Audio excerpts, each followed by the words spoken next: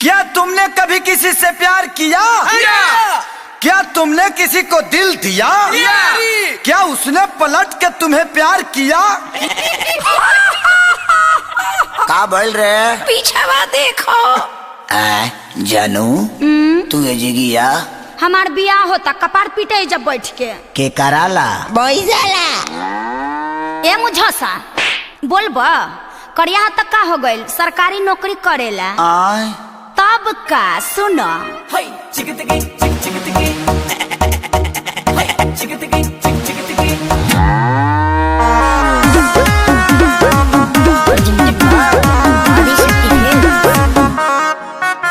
दरोगा तोहर बाबू तू रह गइल बेकार हारे हारे हारे हम सनम तुमसे हारे कोई हाली कहे कि सरकारी नौकरी ले लो दरोगा तोहर बाबू तू रह गइल बेकार हारे हारे हारे हम सनम तुमसे हारे मनला ना बात छोटल रही से साथ रे जिंदगी भर हम कथा।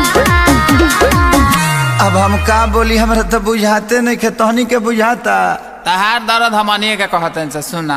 अरे नौकरी के भर्ती निकालिए मोदी चाचा ढेरे लइका बारे बेरोजगार। तनी से कम दर्द हमरो नहीं खे बाबू, सुनो सही रे।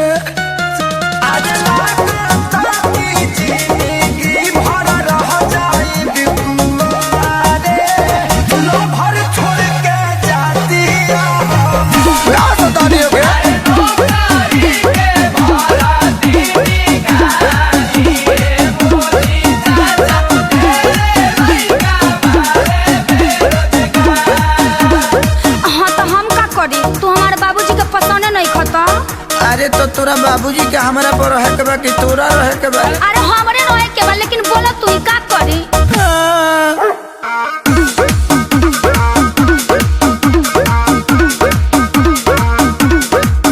खाली जाना फूला के मीठा खात रहला लागे झूठो खानी भोरे दौड़े जात रहला तहरा जूता के सोलो खियाइल नहीं खे लागे कबो कोनो फार्म भराइल नहीं खे। अरे हम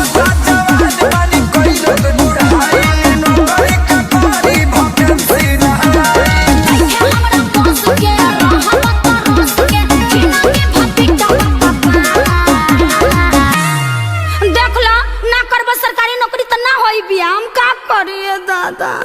अरे तो एगो हम ही बनी सरकारी नौकरी के चक्कर में कितना लोग के चूर छोड़ता। हाँ तो तू छोड़बा का ओकरा साथ ही सोचा तानी। अरे नौकरी के भर्ती निकालिए नीतीश चाचा ढेरे लइका बारे बेरोजगार। अरे मजनू सनम बड़ा काहे अत्याचार लगाता रहता सुनील गोहार सारा अरे हमारी से के अपन बेटी बियाही ऐसे बड़ी बांस परिवार। ए चुपा ई तो निकम्मा पड़ले बा साथे साथे तू लोग भी निकम्मा बनबा।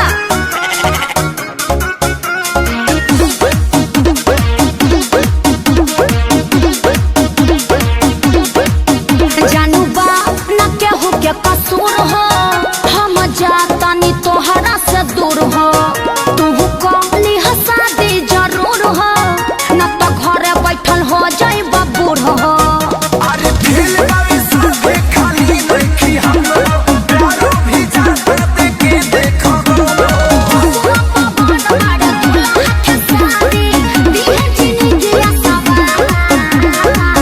गाई जानू भैया मान जा लोग ना। हाँ तो तू दुख दूर करबू। अरे नौकरी के भर्ती निकालिए जोगी चाचा ढेरे लइका बारे बेरोजगार। अरे नौकरी ना होई तो छोकरी ना मिली लागता कि मरद सोनू। अरे अपुरा बाके सुनाते पराई नौकरिया छोड़ल जाता भैया अब का होई हो? अब मारे मुँह के परी। हाँ, ई रहन रही तो कबो माथे मोर ना चढ़ी।